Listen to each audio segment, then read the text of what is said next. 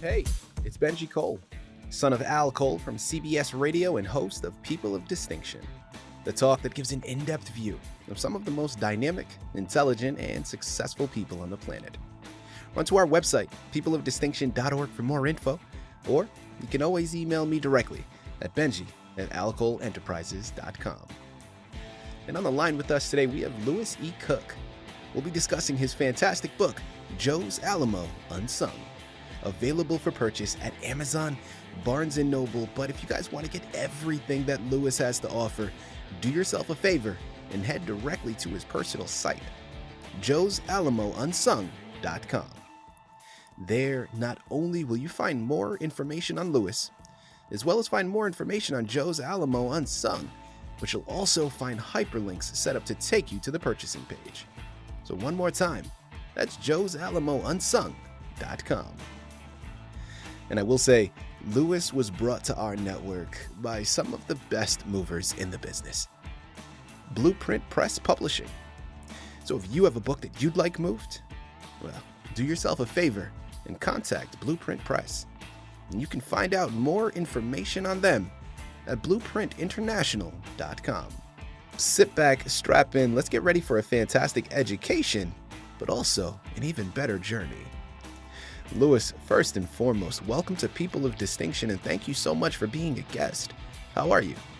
Thank you, Benji, and thank you for having me. I really feel honored to appear on your station.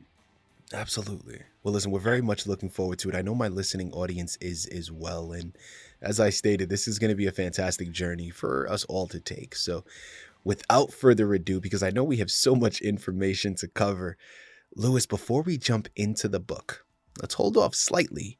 Start by articulating to our listening audience a little bit more about your background, please. I'm not from Texas. I'm from the border state, Arkansas. I was born and raised there and educated there essentially through almost 2 degrees.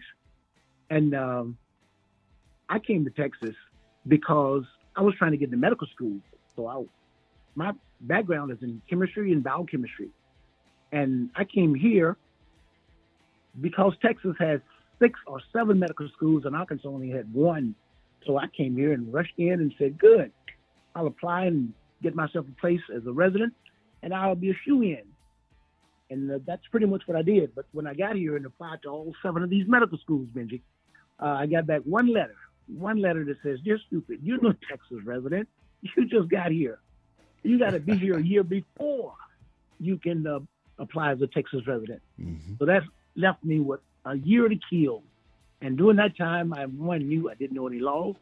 And secondly, I didn't know any idea what residency was, but I did have enough of a background in science to get a job teaching at HISD. And I taught biology and chemistry and physics and something else. And one course, they made me teach one course in Texas history. Now, I told them, I don't know any Texas history. How can I, they said, just get a chapter ahead. The guy that told me that probably had never taught that course either, because here in Texas, you got to know yourself in Texas history, or these kids will run you out of class. And that was happening to me. I was embarrassed that I really didn't know about the Alamo and really didn't know about some of the things that they were bringing up. So I had to start getting my act together. And that led me to the research. That led me to learning about Texas. And then I wanted to, this is amazing. I like this. So that's how it started. Listen, I've never lived in Texas myself, but I've visited a number of times, and I have a lot of friends that either were born and raised there or have relocated. And one thing that I can absolutely relate to, and I can admit, Texans have a very strong sense of identity, right? And that Absolutely. Texan culture is something that is held very high.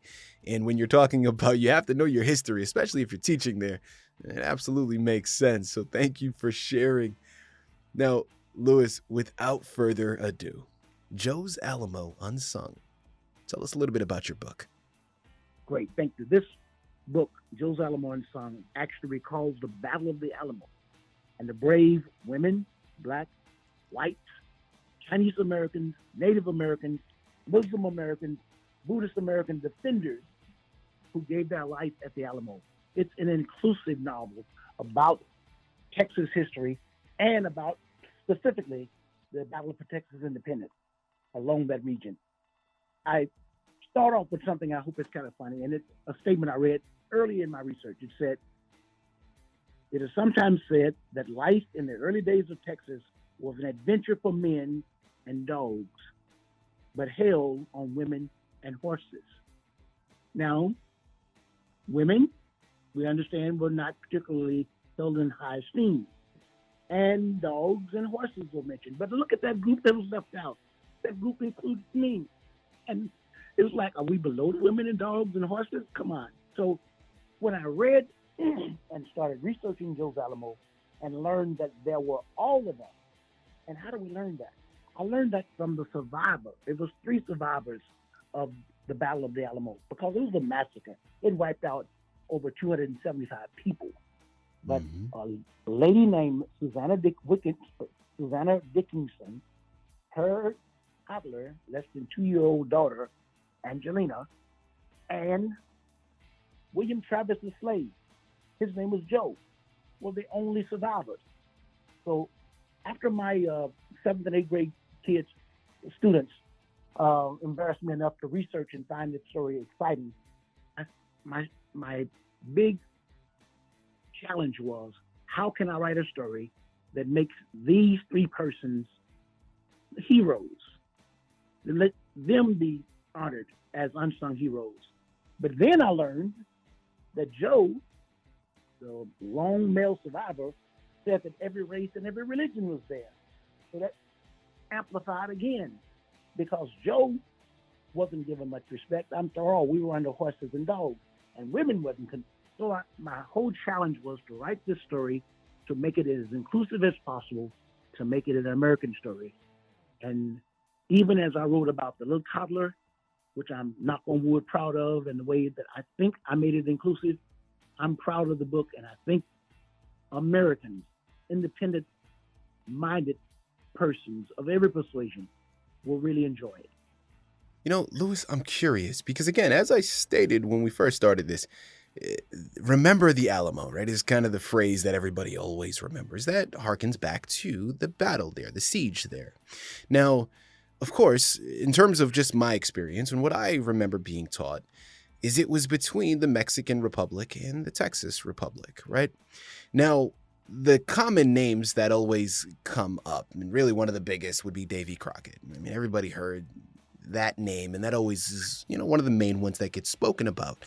Now, we're talking about the title character in this, which happened to make its name in the title of the book, is this character Joe. Articulate to our listening audience, because this is historical fiction, we know that part of it is taken from history, part of it is fictional. Which aspects did you create, and really what type of research did you do in preparation for the book? Well, the research that my students forced me to read, because they knew it better than me, the research that I started with was first to fully read their My Texas History book. And that led to other books that were in the high school library. And that led to research at Texas libraries across the state, including University of Texas. And also some articles and pamphlets that were actually written in Spanish from Santa Ana, the big mean guy who came here from, he came to this area because all of this area was Mexico then, and Santa Ana was trying to put down a rebellion. So I actually got more involved in the research than probably I needed to, far more than I needed to teach the class. But it got so interesting. And then when I learned that Joe said that every race and every religion was involved, that just blew my mind.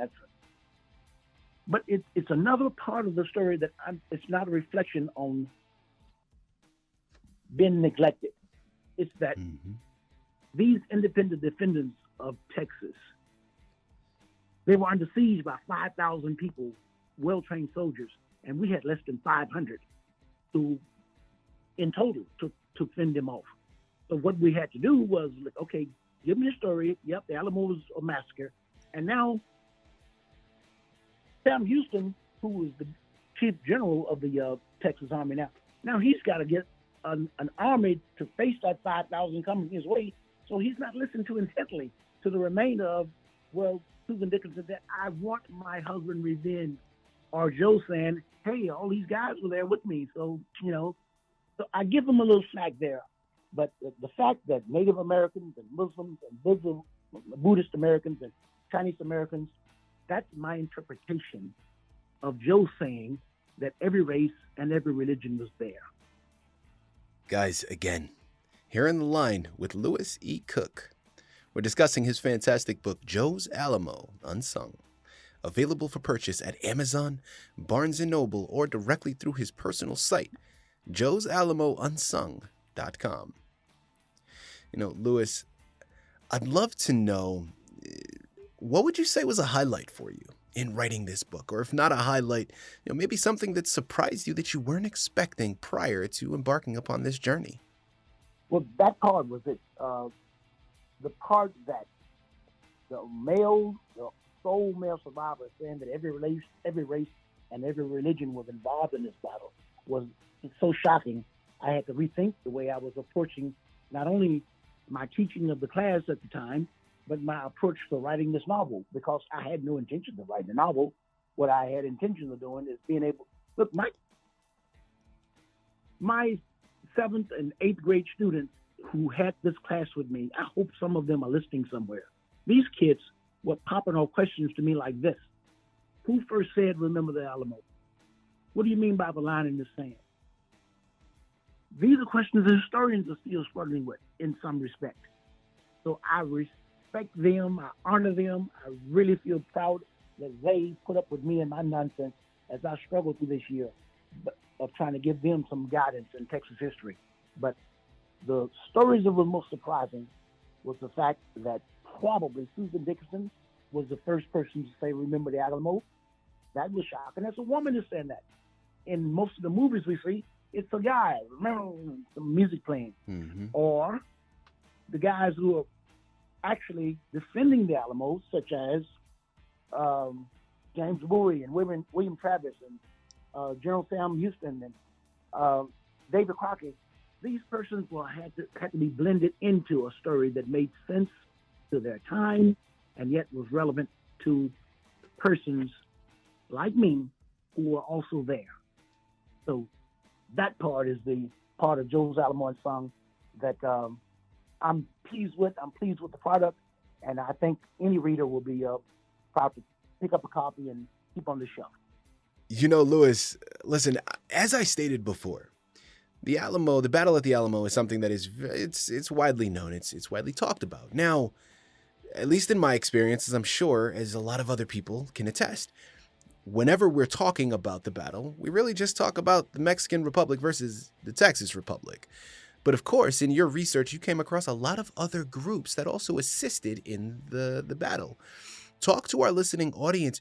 Who were those other groups? Man, that's a great question, because we had here in Texas persons from New Orleans called the New Orleans Grays. We had Tennessee Volunteers that were actually not led by David Crockett, but David Crockett was a member of that. And we had persons from all of these foreign countries, almost 14 or so foreign countries. England, Scotland, France, Germany, Denmark, Spain, and in my added addition, it's not a stretch to say that, well, if there were persons from all those areas, having persons here also from India and China was not a stretch at all. And that's true. Mm-hmm. So not just those locations, but states like Arkansas, Mississippi, Alabama, Pennsylvania, New York, Virginia, Missouri, Kentucky, all over the place helped create Texas. And that's why Texas owes a badge of with honor and respect to all of these areas, because they helped to make us then, and they still do. Now, Louis, listen, I know why a book of this magnitude is certainly enticing and is valued by Texans, right? As we talked about earlier, the strong sense of pride and, in themselves and in their history is something that is is very well known, very well documented. Now, for the greater public, right, for the public at large, what are you hoping to see people take from this book? I want them to see America as American. I want to see American independence celebrated in a way that we celebrate the independence of the 4th of July, of the Texas Independence Day, that all of us contributed, that all of us were a part of it. Benji, we sing a song very proudly here in Texas called The Yellow Rose of Texas. The Yellow Rose of Texas is a reference to a Milano woman, a black lady from Louisiana. That's another shocking point, which a lot of us need to know. I didn't make that up. I only added the part about the persons of other religions and other ethnic groups, but things like probably Suzanne Dixon first said, remember the Alamo, and that the Yellow Rose of Texas is about a woman named Emily, who was probably a black lady, who helped Sam Houston, unbeknownst to her and to him, by slowing down the advances of General Santa Anna on her person. These are things that just makes everybody's chest a little bit fuller, a little bit prouder. Mm-hmm. So that's where I'm going with. I'm going with, we all have reason to stand proud in these 14 or so states, in whole or in part, that were made a part of the United States after Texas won its independence. That's the story that I think is worth knowing. Guys, there you have it. I mean, what more can be said? Well, let me stop. A lot more can be said, okay? And that's what makes this book so fantastic. Guys, listen, we've barely scratched the surface. There is so much more left to be discovered. And that's why the onus is on you now to head on over to Amazon, Barnes & Noble, JoesAlamoUnsung.com and pick up your copy of Joe's Alamo Unsung by Lewis E. Cook. You surely will not be disappointed. Let's take a trip down memory lane. Let's learn about our history, but at the same time, let's have a fantastic journey while we're doing it. Lewis, this has been an absolute pleasure. Thank you very much once again for being a guest with us today on People of Distinction. I've been so pleased and honored to be on your show, Benjie, and to your dad. And thank you guys for having me. I really appreciate it. And as you mentioned, time really did go fast.